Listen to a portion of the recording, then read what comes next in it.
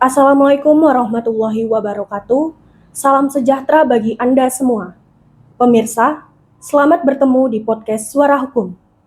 Podcast Suara Hukum bertujuan untuk melakukan edukasi hukum pada umumnya dan hukum ekonomi pada khususnya bagi masyarakat luas. Edukasi tersebut dilakukan melalui komentar-komentar atas kasus-kasus hukum yang terjadi yang menarik perhatian dan mengusik rasa keadilan masyarakat. Di podcast Suara Hukum ini, kami menghadirkan narasumber advokat senior yang juga managing partner kantor pengacara pajak Butros & Co, yaitu Bapak Petrus Loyani, SHMH MBA in Banking and Finance. Baik, Pak.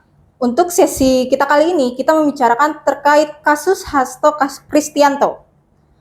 Bisa Bapak ceritakan menurut pandangan Bapak mungkin bagaimana tentang kasus Kristianto ini? Oke, kalau bicara kasusnya Hasto Kristianto, saya sedikit flashback ya. Pertama-tama bahwa menurut tuturan dari KPK, sebenarnya Hasto Kristianto itu sejak 2020 itu sudah dijadikan target tersangka bersama-sama Harun Masiku. Hanya saja pada waktu itu ketika KPK mau menangkap Harun Masiku di PT IKA, ya di Tronojoyo itu batal karena dihambat oleh satu personel polisi di situ. Bahkan petugas KPK pun dipersulit, ya, dicegah, diperiksa urin dan sebagainya. Ya, singkatnya di PT IKA itu menurut tuturan KPK, Hasto dan Harun Masiku dilindungi oleh personel polisi itu. Di sisi yang lain juga katanya dipersulit oleh ketua komisioner KPK pada waktu, yaitu Firly Bahuri. Ya, nah mestinya kalau Firly Bahuri sebagai ketua komisioner KPK dan personel polisi itu mempersulit penangkapan Hasto dan Harun Masiku pada tahun 2020, itu harusnya diperiksa tersendiri ya. Tapi itu satu urusan sendiri. Tapi untuk keadilan harusnya mereka dapat digolongkan sebagai orang-orang yang menghalangi atau merintangi penyidikan atau obstruction of justice. Itu tapi satu hal. Nah, hal yang buat saya memberikan catatan adalah kenapa sekarang Hasto itu ditetapkan kembali sebagai tersangka dan bahkan sekarang sudah ditahan. Itu karena alasan yang tadi, yaitu alasan Firly Bahuri dan alasan personel polisi yang dulu melindungi Hasto itu sudah tidak ada, sudah tergeser dari KPK.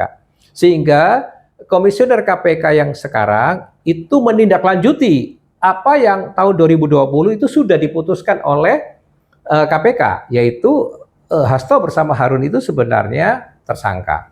Nah, kasusnya Hasto, satu hal Harun itu kan lari sampai sekarang nggak ketemu, ya belum ketemu. Nah, kalau Hasto itu kan menurut KPK dituduh, ya, disangka melakukan dua tindak pidana. Yang pertama ikut melakukan penyuapan, itu bersama-sama dengan Harun Masiku. Yang kedua melakukan perintangan penyidikan atau obstruction of justice. Nah, ada dua sprindik terhadap Hasto Kristianto. Nah, atas dua sprindik ini lalu Hasto melawan melalui gugatan pra-peradilan yang pertama. Tetapi gugatan pra-peradilan yang pertama itu oleh hakim dinyatakan tidak dapat diterima. Alasan hakim karena sebenarnya atau pada intinya itu dua sprindik itu harus dilawan dengan dua gugatan pra-peradilan gitu. Tidak bisa dua sprindik dijadikan satu hanya digugat oleh satu gugatan pra-peradilan. Itu alasan hakim. Nah, saya setuju dengan alasan hakim itu. Meskipun pada waktu itu kalau kita lihat tim pembelanya Hasto itu mencak-mencak dan langsung reaksinya emosional mengatakan bahwa hakim melakukan pembodohan kepada masyarakat dan sebagainya. Itu karena apa? Karena ya menurut tafsir saya karena di benak mereka itu sudah terkontaminasi dengan prasangka bahwa kasusnya Hasto itu adalah politisasi hukum, ya, atau kriminalisasi terhadap Hasto, ya, gitu. Tapi saya melihat putusan hakim pra-peradilan yang pertama itu justru lebih logis, gitu. Kalau saya analogiskan, dengan hukum acara terkait pengadilan pajak misalnya, di situ jelas itu ada ketentuan bahwa satu surat keputusan keberatan hanya boleh dilawan oleh satu surat uraian banding. Nah, di KUHP memang tidak ada kejelasan itu. Apakah satu sprindik harus dilawan dengan satu gugatan pra peradilan? Tetapi sekali lagi, secara logis, secara sistematik itu jauh lebih logis gitu, lebih pas kalau satu sprindik dilawan oleh satu gugatan pra peradilan. Karena argumentasi untuk melawan atau mementahkan dugaan atau sangkaan di dalam satu sprindik itu jauh lebih spesifik dan lebih jelas. Nah, dengan kata lain, sekarang hasto itu sudah ditahan karena gugatan pra peradilan yang pertama itu sudah ditolak atau sudah dinyatakan tidak dapat diterima oleh hakim. Nah, sekarang dia melakukan pra peradilan yang kedua. Nah, kita lihat prosesnya, ya, kita lihat prosesnya sampai dengan gugatan pra peradilan yang kedua. Tetapi yang pasti sekarang dia sudah ditahan oleh KPK. Itu catatan yang pertama saya tentang hasto. Baik, dari duduk perkara yang Bapak ceritakan, apakah menurut Bapak kasus Hasto Kristianto ini layak atau tidak untuk ditindaklanjuti dan diproses oleh KPK?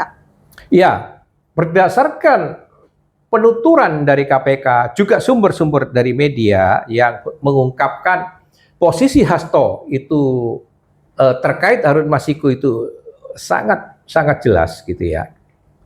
Lalu ada pertanyaan yang sangat mengganjal atau ganjil terkait hasto itu. Kalau dilihat dari uang yang dipakai untuk menyogok pada anggota KPU pada waktu itu, ya itu memang relatif kecil gitu. Hanya berapa itu, sekitar 600 juta atau berapa? Itu relatif kecil sekali. Tetapi pertanyaannya, kenapa Harun Masiku yang dipromot, yang didorong, dia urutan nomor 5 pada waktu itu di Sumsel, mau menggantikan urutan yang pertama gitu. Itu yang menjadi tanda tanya besar gitu kan. Kenapa tidak yang nomor 2, nomor 3 dan di situ gitu ya. Kenapa harus Harun Masiku yang nomor 5 untuk dipaksakan menggantikan calon PDIP di Sumsel yang meninggal itu. Ya, yang meninggal. Jadi itu pertanyaan besar. Kepentingannya apa gitu? Hasto atau PDIP termasuk ketumnya itu menandatangani surat pergantian antara waktu untuk Harun Masiku yang ranking 5 itu menggantikan calon nomor 1. Itu yang di situ sebenarnya pertanyaan besarnya. Nah, kalau kita dengar pemberitaan media, khususnya waktu di bocor alusnya Tempo, itu kan dikatakan bahwa karena PDIP ada kepentingan gitu. Ya, Ibu Megawati ada kepentingan menjadikan Hasto itu anggota DPR karena dia ingin memanfaatkan Hasto untuk akses ke Mahkamah Agung gitu. Ya, kenapa Harun ingin dipakai untuk akses ke Mahkamah Agung? Karena dikatakan Harun itu punya relasi kekeluargaan dengan Hakim Agung di Mahkamah Agung. Tujuannya PDIP atau Ibu Megawati ingin ya membebaskan para tersangka terdakwa gitu ya, yang sudah terkena kasus WLBI yang posisi kasusnya sudah ditangani Mahkamah Agung gitu. Jadi itu kepentingannya. Jadi kepentingan PDIP mengapa Harun yang dipromot yang nomor 5 tadi, karena PDIP berkepentingan pada Harun yang punya kolega kekerabatan pada hakim di Mahkamah Agung. Untuk apa? Tujuannya untuk menolong terdakwa kasus WLBI. Ya, itu kepentingan yang diberitakan oleh media massa. Jadi itulah faktor kepentingan politik itu yang besar. Mengapa bukan nilai rupiahnya yang penting kasus Hasto itu, tetapi ada apa kok Hasto ngotot, PDIP ngotot menjadikan Harun yang mengganti pergantian antara waktu. Ya, itu yang pertama. Yang kedua, kan KPK itu menguraikan gitu bahwa selain Hasto itu ikut menyuap, itu Hasto mengambil peranan yang lain lagi, yaitu menganjurkan saksi-saksi yang ada pada waktu itu untuk memberi keterangan yang bohong. Yang kedua, menganjurkan agar Harun Masiku dan juga mungkin orang-orang yang lain itu melemparkan HP-nya ke kali ya, ke sungai, atau merendamkan HP itu ke air dan sebagainya. Ya, nah jadi ada dua hal. Satu, KPK menyangka Hasto itu ikut menyuap, itu satu perbuatan pidana sendiri. Yang satu dikatakan merintangi penyidikan, ya, itu karena Hasto tadi menganjurkan saksi-saksi berbohong dan menyarankan Harun membuang HP-nya ke kali, ya. Nah, kalau melihat latar belakang cerita kasus semacam itu, ya tentu layak, karena kita harus menganut atau berpegang teguh kepada prinsip equality before the law atau persamaan di muka hukum. Setiap orang itu harus diperlakukan sama di muka hukum. Termasuk kalau dia petinggi partai, ya, dia pejabat, seharusnya aparat penegak hukum itu konsisten gitu. Bahwa kemudian di dalam praktek banyak APH yang tidak konsisten menerapkan prinsip persamaan di muka hukum, itu persoalan yang memang perlu dikritik gitu. Perlu masyarakat itu kritis terhadap perilaku APH yang semacam itu. Tapi seharusnya prinsip persamaan di muka hukum itu harus diterapkan secara konsisten. Jadi siapapun yang memang didasarkan oleh bukti-bukti yang cukup melakukan suatu delik, ya layak diproses gitu. Atau sudah seharusnya, ya sudah sepatutnya diproses. Siapapun itu, bukan hanya Hasto, tapi siapapun. Ya, itu untuk apa? Untuk menimbulkan kepastian hukum, untuk menimbulkan rasa keadilan yang patut ya di masyarakat. Itu yang kedua. Nah, apa yang menarik pada Hasto ketika dia itu sudah mulai terjepit dengan masalah hukum ini. Lalu Pak Jokowi udah pecah kongsi dengan PDIP, dia lalu mengumbar cerita tentang pidana perbuatan suap ya atau KKN keluarganya Pak Jokowi.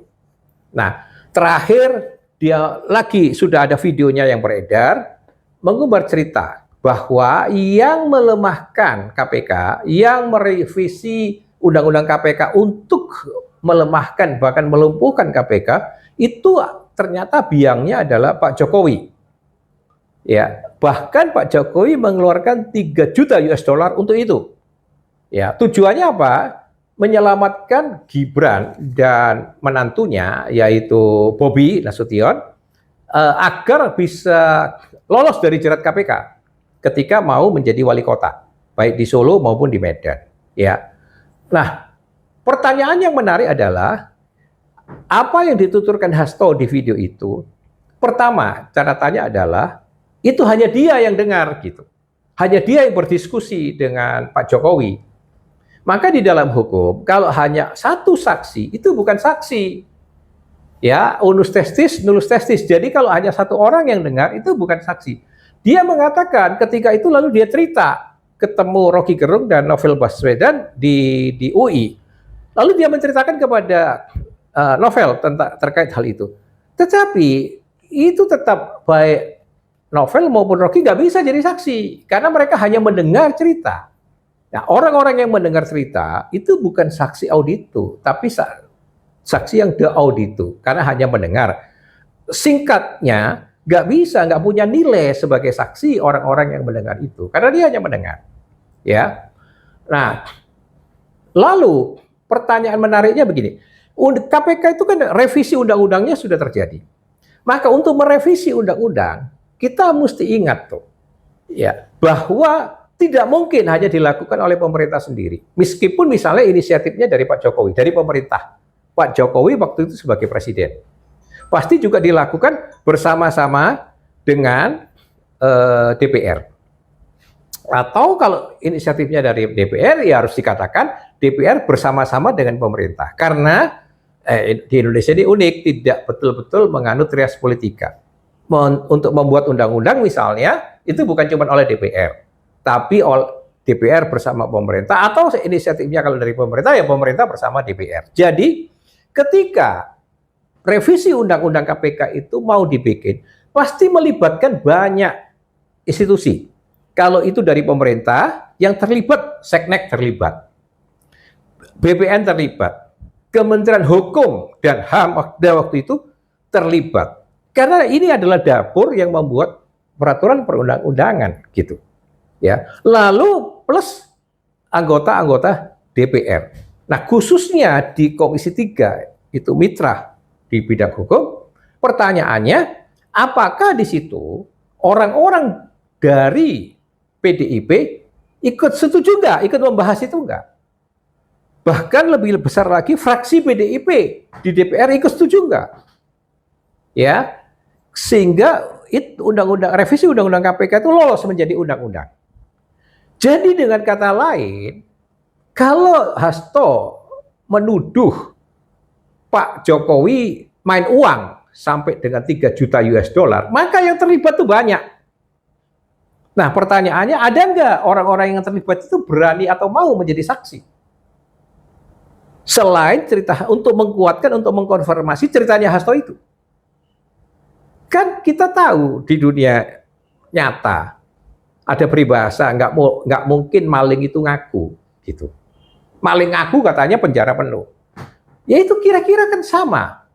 Mungkin nggak Hasto keterangan ya testimoninya Hasto itu diperkuat oleh orang-orang lain yang stakeholder itu, yang relevan tadi dari lembaga-lembaga itu, ya itu. Nah kalau nggak ada, sulit kan untuk mendorong KPK memeriksa Pak Jokowi dan semuanya itu, ya karena itu seperti kolektif kolegial loh, itu berjemaah. Revisi undang-undang KPK itu sudah disetujui, ya kan? Disetujui. Jadi sekali lagi itu pasti pemerintah bersama DPR, ya. Meskipun secara faktual kita bisa menyangka gitu, patut diduga keras, iya. Pak Mahfud juga pernah mengatakan bahwa untuk membuat undang-undang, jangan pun seluruh undang-undang, satu pasal saja itu ada uangnya, ada duitnya, ada harganya itu, ya. Satu nomenklatur ada uangnya itu, ada duitnya. Sangat masuk akal. Tetapi kita tidak bisa hanya mensinyalir, hanya tutur cerita dari Hasto sepihak saja. Perlu konfirmasi dari orang-orang lain yang ada di situ yang terlibat. Atau dari bukti yang lain. Kalau tidak saksi, ya bukti-bukti yang lain gitu. Ya, apakah dokumentasi atau apakah proses revisinya itu dilakukan secara sembarangan dan sebagainya. Dan kalaupun itu revisi dari Undang-Undang KPK itu dilakukan dengan cara yang sembarang atau singkatnya inkonstitusional atau bertentangan dengan Undang-Undang Dasar 45, toh sarananya itu adalah melakukan judicial review melalui Mahkamah Konstitusi. Pertanyaannya, Mahkamah Konstitusi pun mengkonfirm tetap memberlakukan itu, revisi Undang-Undang KPK itu, ya. Jadi sekali lagi, secara legalnya itu dilakukan begitu rapi, ya, karena tidak ada lembaga yang melawan itu.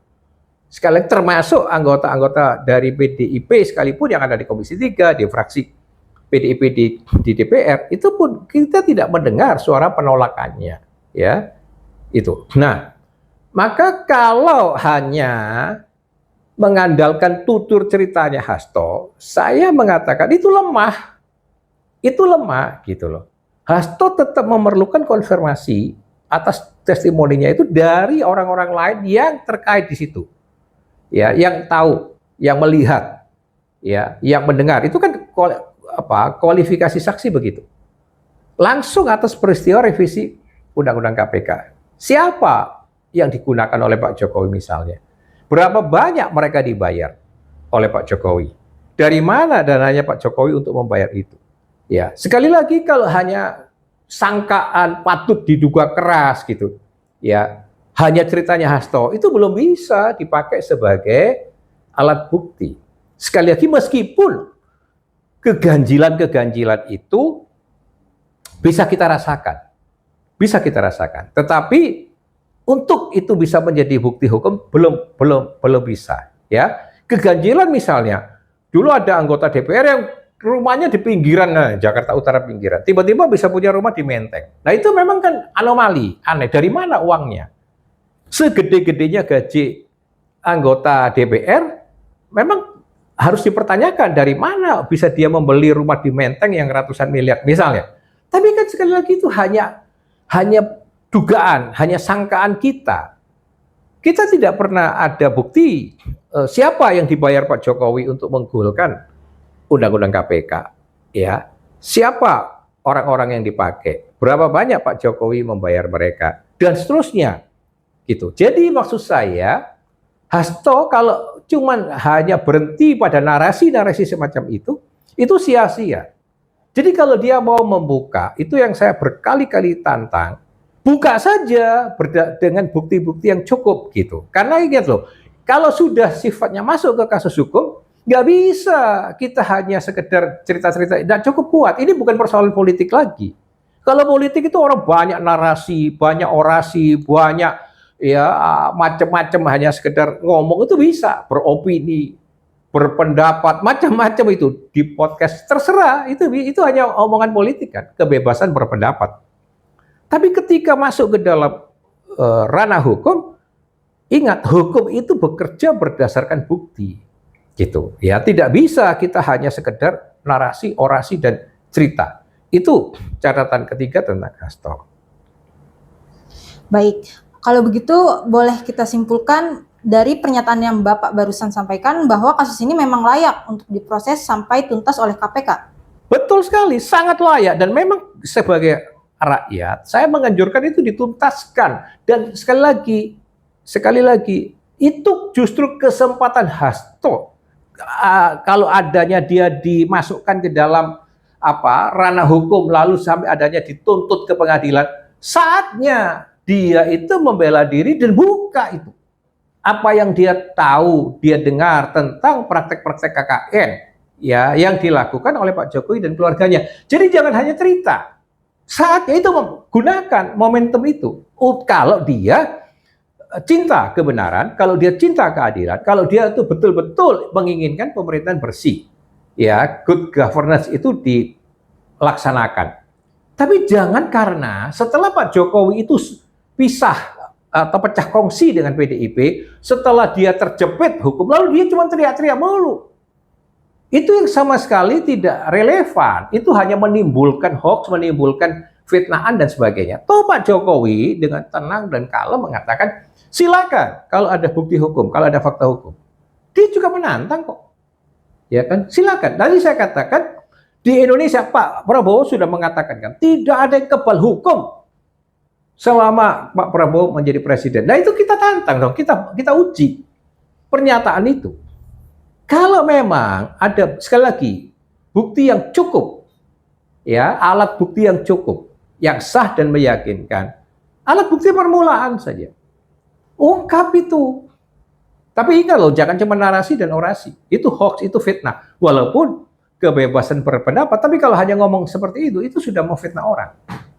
Ya, nah kenapa saya mendorong itu? Kenapa saya menginginkan Hasto memakai bukti, ya, dan mendorong agar ini dituntaskan? Ini untuk edukasi masyarakat, agar setiap orang juga nggak gampang ngaduin orang, laporin orang tanpa bukti yang jelas, tanpa ini seenaknya sendiri, nggak boleh, gitu.